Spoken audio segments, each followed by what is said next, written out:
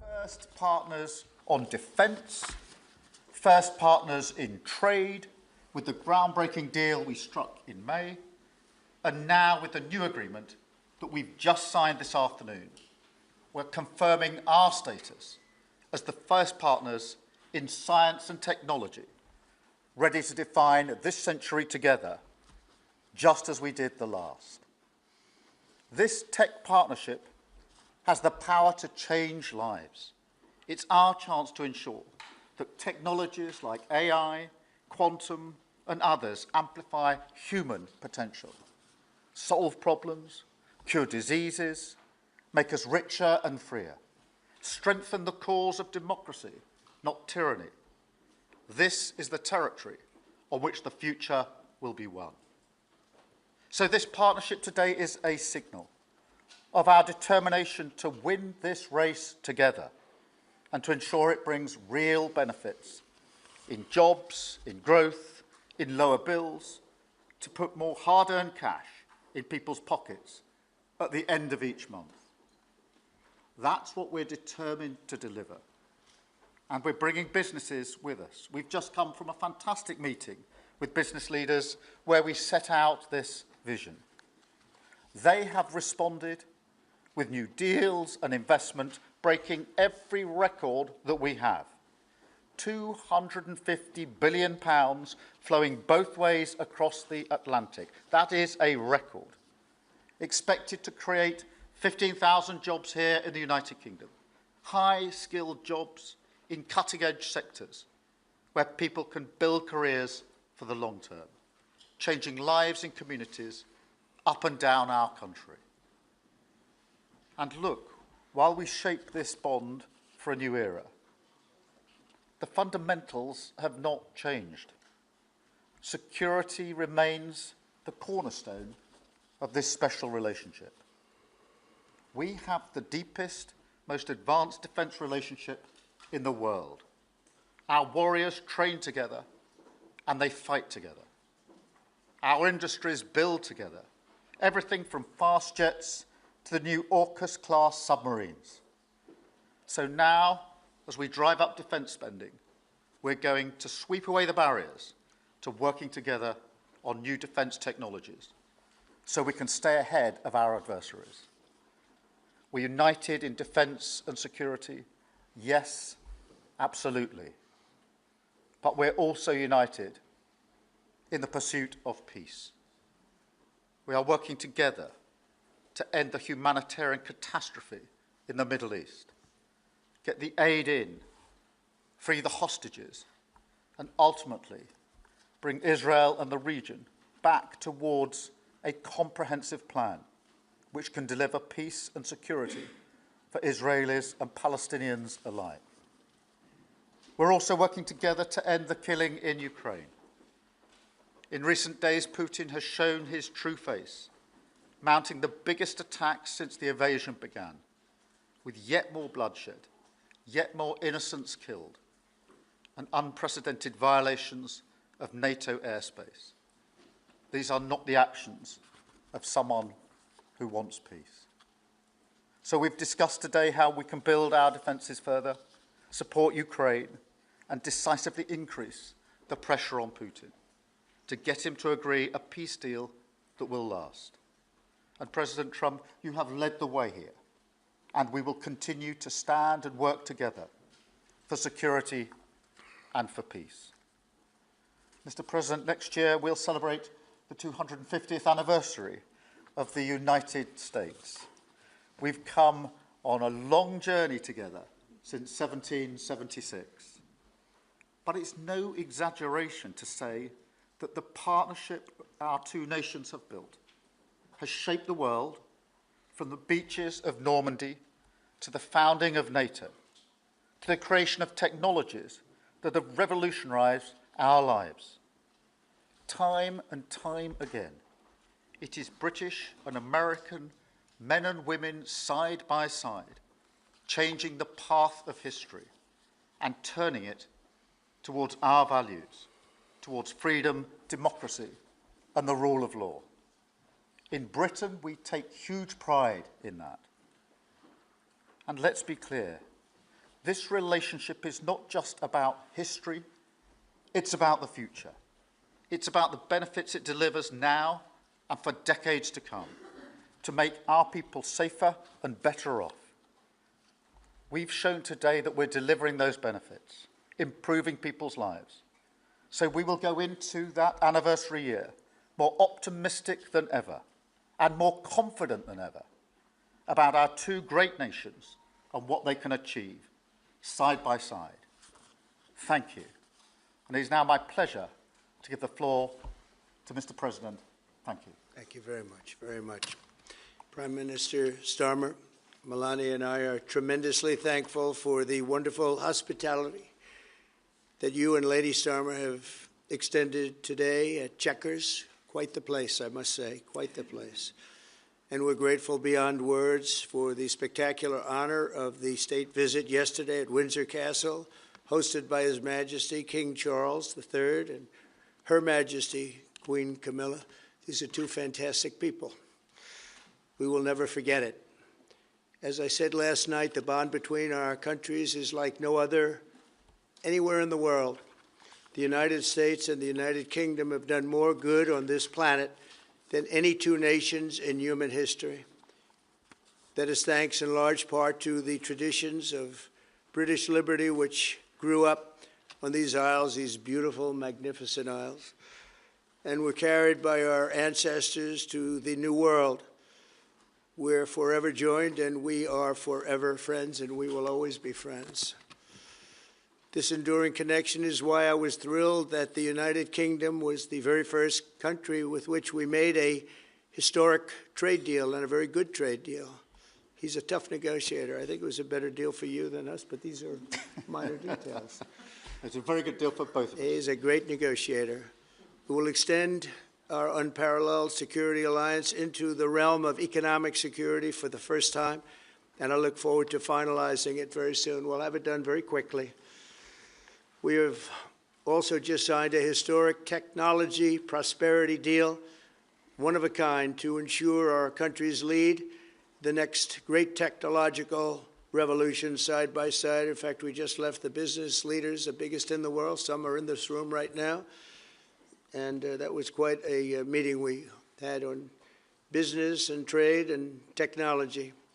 This trip has galvanized $350 billion in deals across many sectors, and we're committed to ensuring that the UK has a secure and reliable supply of the best AI hardware and software on Earth. And we supply that, and we'll make sure we supply it in quantity to the UK. And we also are joining forces on quantum computing and nuclear power, a natural partnership for close allies. The United States, as you probably have heard, is doing better than it has ever done in terms of business and investment. The stock market has hit a new high, as you know, and that's for many, many days out of our fairly short 8 months. And we seem to be hitting new highs, and I think we're going to do much better even as time goes by. Jobs are at a record, and most importantly, we have more than $17 trillion, $17 trillion, and this is during an 8-month period being invested in the country, which is not only a record, but if you compare $17 trillion to the last year of the Biden administration, they did $250 billion. They didn't do $1 trillion for the 4-year period. We did $17 trillion of investment coming in. A lot of it's because of tariffs, and a lot of it's for a lot of other reasons, but there's never been anything like it. It's an economic superstar. That's what's become. It was mismanaged and badly handled for a long period of time, but it's not badly handled anymore. So that's a record, and remember, that's up until 8 months. We have another few months to go, and that number is going to get significantly higher, especially if we win a certain case that we're waiting to hear. That will be something like the world has never seen. I want to congratulate the United Kingdom on making the vital commitment to spend 5% of GDP on defense at the NATO summit this year. We've worked together very closely in so many ways. I'm very honored to tell you that we've solved 7 wars, wars that were unsolvable, wars that couldn't be negotiated or done. The U.S. has done 7 of them. The one that I thought would be easiest would be because of my relationship with President Putin, but he's let me down. He's really let me down. It was going to be Russia and Ukraine, but we'll see how that turns out. But that turned out to be, I thought it might be among the easiest of the group. But we had settled just about every conflict, and as you know, we're working very hard on Israel and Gaza. All that's happening over there. Complex, but it's going to get done. It'll all get done right. And likewise, Russia and Ukraine will get done. But you never know in war. You know, war is a different thing. Things happen that are very opposite of what you thought. You thought you were going to have an easy time or a hard time, and it turns out to be the reverse. As we saw in the unforgettable parade yesterday at Windsor Castle, what a place it is. The British Armed Forces carry on one of the finest military traditions in the world, one of the greatest marching bands, one of the most magnificent sights I've seen. I know that our service members look forward, and we do look so forward, to working even more closely with yours as you push toward that 5% goal. And I think, Mr. Prime Minister, you're just about there. You're going to be there very quickly, along with a lot of other great countries. I want to thank NATO and our wonderful head of NATO, who's really worked very hard, Mark, for the job they've done. As you know, NATO was at 2% GDP, and they didn't pay it. Now they're at 5%, then they pay it. And we appreciate that. And we're sending a lot of weapons to NATO. NATO is paying for those weapons in full. But we're sending them, and we're doing a great job at getting them what they need. And we appreciate the fact that they're taking care of it, because the United States is into that war for $350 billion. And just really very sad. It just got out of control. They didn't know what they were doing. But over the generations, British and American warriors have shed their blood side by side in defense of liberty and freedom. And that's why it's so imperative that the United States and the United Kingdom stand together for these fundamental rights and values of the English-speaking world. And we've always stood together, and we will continue to. Just last week, a great American, Charlie Kirk, was heinously assassinated for speaking his mind. He was a great young man. Incredible future. Some people said he might be president someday. I told him, I said, Charlie, I think you have a good shot someday at being president. And he just wanted to take care of youth. He loved youth. I've never seen anybody relate to youth like Charlie. And they related to him, and they're devastated. But I appreciate the many British citizens who have offered their condolences. And again, Charlie was a great person. We'll be going out to a service on Sunday. I'll be leaving with some of the people in this room just to celebrate Charlie and all that he's done. So incredible. Never seen anything like it. But I hope that together our nations can lead a movement to defend the glorious traditions of freedom on both sides of the Atlantic. There could be no greater tribute to the immortal bonds of affection and loyalty that unite the British and the American people for all of time. We have a relationship like no other. It will always be that way. We will always be united. We'll always be together. And I just want to thank you, Mr. Prime Minister, for the great job I think you're doing. Thank you very much. Thank you.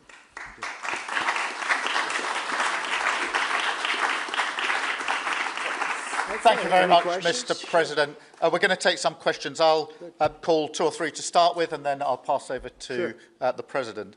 I've got Chris Mason from the BBC first. Chris. Thank you both. Chris Mason, BBC News. Mr. President, the UK is expected to recognise a Palestinian state in the coming days as the killing in Gaza continues. It often seems that you're the only person that Israel will listen to. What more can you say to them to tell them to stop? And why is the UK's position on a Palestinian state, in your view, wrong? And Prime Minister, what will the recognition of a Palestinian state actually achieve? Is it not just gesture politics to appease people in your own party? Thank you both. Well, Chris, let me just start with that, because we discussed this amongst other things. We had the best part of an hour, I think, upstairs earlier today, just one-to-one, going through a number of affairs, world affairs, in private. And we absolutely agree on the need for peace and a roadmap, because the situation in Gaza is intolerable. The hostages have been held for a very, very long time, and they must be freed. And we need aid to get into Gaza at speed. And so it's within that context of a plan for peace, which we're working hard on, which not only did we discuss this morning, but our two teams have been working together on, that the question of recognition needs to be seen. And so it's part of that overall package which hopefully takes us from the appalling situation we're in now to the outcome of a safe and secure Israel, which we do not have, and a viable Palestinian state. Thank you. Well, simply, I want the hostages released now, right now, not 1, 2, we'll give you 3 more tomorrow, and, you know, like it's been, but we're the ones that got all the hostages released. We got many, many came to the Oval Office, and I've heard stories like I've never thought even possible. There was no humanity, no anything. I said to them, I said, was there any warmth shown during this stay? Like they offered you a little extra meal, they gave you a little smile, and they said, don't worry, you'll be okay. And every one of them said, not even a little bit. Amazing, you know, to think that during this stay, long stay in some cases. We had a man the other day, 451 days he was there. I always ask that question. And was there any warmth shown? Just a little word of, you know, encouragement. And the answer is every time, absolutely not. I'm shocked to hear it, because in the worst cases, there's always somebody that comes through. We have to remember October 7th, one of the worst, most violent days in the history of the world, not just there, the history of the world. And I got to see the tapes, and I wish I didn't see them, actually, but I got to see them.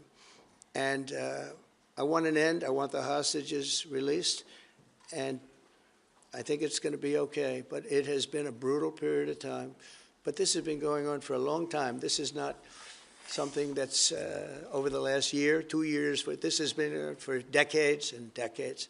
But we want it to end. We have to have the hostages back immediately. That's what the people of Israel want. They want them back, and we want the fighting to stop, and it's going to stop. But a lot of bad things. You know, Hamas said that they're going to put the hostages up as bait. They're going to put the hostages in front of any attack. And that's pretty brutal. We haven't heard that one in a long time. So we have to remember that. So I have a disagreement with the Prime Minister on that score. Okay? One of our few disagreements, actually. Sorry. Can I take Jack from The Sun? Jack. Thank you both. Jack Elson from The Sun. Mr. President, in the 9 months you've been in office, you've been incredibly successful in all but eliminating crossings on your southern border. Yeah. Meanwhile, illegal migration is at record levels in Britain. The Prime Minister is trying to tackle that. What advice would you give to the man standing next to you on trying to stop illegal migration in Britain? And Prime Minister, if I can just ask, the President is all about drill, baby, drill in terms of trying to secure American energy and cut bills for Americans. Meanwhile, you are turning Britain's back on oil and gas in favour of renewable energies, such as wind turbines. Why do you think that you are right and he is wrong? So we had millions of people flowing in, totally unchecked, totally unvetted from the Biden administration. 25 million, in my opinion, that would be about 25 million. They came from prisons, they came from mental institutions, they were gang members, they were drug dealers, they came from the... Okay, of course, we have just heard the UK Prime Minister and the US President wrap up their press conference. They are now taking questions from the media. We have just heard, actually, them take questions on a differing point of view after much flattery between the two nations. One point that they do differ on is the conflict in Gaza, where, of course, Britain intends to recognise a Palestinian state next month. And, of course, Donald Trump reiterates his support for the Israeli state. We are now joined by Raymond Vickery, a former US Assistant Secretary of Commerce, and he joins us live from Washington, D.C. Before we unpack what was said previously, Raymond, I just want to talk about what was a disagreement, of course, which was not the investment, but the foreign policy. When it comes to the war in Gaza, the United States remains a loyal ally of Israel and its actions in Gaza. The hostages remain the priority. What kind of, from your experience in government, what do you think is going on behind those closed doors when it comes to Britain getting ready to recognise a Palestinian state as a permanent member of the UN Security Council, along with the United States, along with France, who also is intending to recognise one as well? What do you think Donald Trump and Keir Starmer are both discussing when it comes to that issue in particular? Well, thanks very much for having me. I fear that the discussions which are going on behind closed doors from the U.S. perspective, from the Donald Trump perspective, really do not have any strategy. What he is trying to do is to reach some sort of deal, like a real estate deal, that solves the problem. Of course, this is not the way in which international affairs work. And I believe that the Prime Minister, Starmer, would be trying to push him in the direction of collaboration and cooperation in regard to the situation, not just with the hostages, but the whole disaster in regard to Gaza. So you have going on behind the scenes this clash really of differing views of how you wage peace in the Middle East. And you have on the one side this sort of transaction, great man theory that Donald Trump is going to come out and he's going to be hailed as the great victor and the solver and get the Nobel Peace Prize. And on the other side, you have a more traditional view that is that it's going to take cooperation among allies who look at a situation in a similar way. And as you have just heard, President Trump evidently doesn't have any stomach for that. He basically says, well, we disagree and we'll go forward. That's to be regretted. But that is the discontinuity, it seems to me, which has really brought nothing in terms of results, or very little. Some hostages have gotten out, but one of the great disasters in terms of humankind that we've seen in regard to Gaza. So I think that's what's going on behind the scenes, and unfortunately, that gap has not been bridged. Indeed, Raymond. Let's now talk about the relationship seemingly between the two leaders. A lot of fondness seems to be going on between Keir Starmer and Donald Trump. But of course, a one-way flattery, a charm offensive is occurring mainly one way. Britain towards the United States, Keir Starmer towards Donald Trump, a charm offensive. Has Keir Starmer cracked the egg, which is Donald Trump, when it comes to diplomacy, given the fact that he has now secured this investment along with that trade deal earlier this year?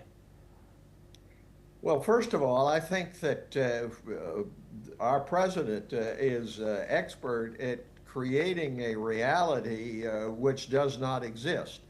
The fact is, this $17 trillion figure is one that's made up. And if you get behind it, you'll find that there's really not anything like $17 trillion. He talks about tariffs as having created prosperity. That's not correct at all. In fact, inflation is going up in the United States, and with the revisions which have taken place In regard to job estimates, we're producing fewer jobs than we have in a long, long time. So that reality is not in accordance with what is being said by the president. Now, the British in general, and Keir Starmer in particular, are experts in terms of flattery. And they know that President Trump's ego is the best way to try to make progress with him. And so they have done the masterful job in terms of flattery, which they have been expert at for centuries. But this does not really provide a substantive progress which is necessary to build peace and prosperity throughout the world. It may ameliorate the worst of the president's tendencies in regard to using tariffs and an economic sledgehammer to try to beat the world into saying that he's a great man. But that flattery does not paper over the substantive problems which are there.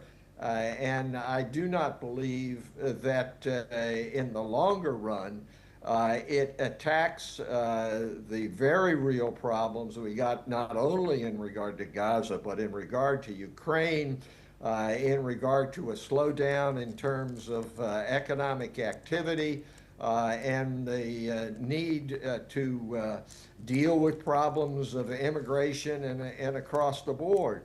And I do not place a great deal of value in this question of whether or not the two leaders like each other and are compatible. Of course, it's better than if they start arguing in public, as President Trump did with President Zelensky at one point.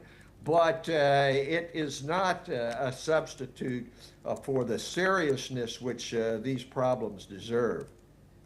Raymond Vickery, thank you very much for joining us here on the programme. It's always a pleasure to get your insight on these topics. We now move over to Europe for our next